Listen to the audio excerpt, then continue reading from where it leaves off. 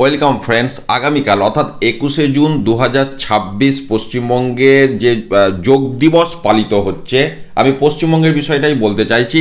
সেখানে কোনো সরকারি কর্মী বা শিক্ষক শিক্ষিকা সেই অনুষ্ঠানে যোগ দিতে বাধ্যতামূলক নয়, সেটা ঐচ্ছিক। এমনই নির্দেশ গতকাল অর্থাৎ 19শে জুন 2026 কলকাতা হাইকোর্টের অনারেবল জাস্টিস অমৃতা সিনহা জানিয়েছেন। আমি সরাসরি সেই কোর্ট অর্ডারটা নিয়ে আপনাদের সাথে শেয়ার করছি।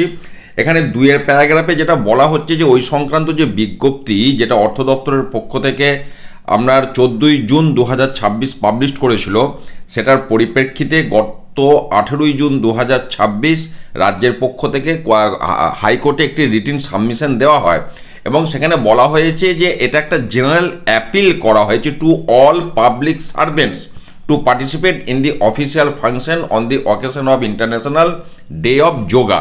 অর্থাৎ একটা আপিল করা হয়েছে, এটা বাধ্যতামূলক নয়, রাজ্যের পক্ষ থেকেই তেমনটাই জানানো হয়েছে। এবং 3 নম্বর প্যারাগ্রাফে যেটা বলা হচ্ছে যে এই অর্ডারটা ম্যান্ডেটরি নয় এবং কেউ যদি ব্যক্তিগত কারণে অংশগ্রহণ করতে না পারে তার জন্য কোনো শাস্তিমূলক ব্যবস্থা রাজ্যের পক্ষ থেকে নেওয়া হবে না।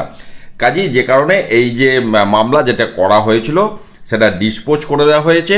এমনই অনারেবল জাস্টিস অমৃতা সিনহার যে পর্যবেক্ষণ, যে জাজমেন্ট, যে অর্ডার, সেটা আমি এখানে শেয়ার করলাম।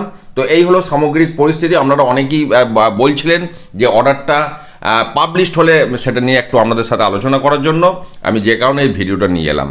ভালো থাকুন, সুস্থ থাকুন, ধন্যবাদ।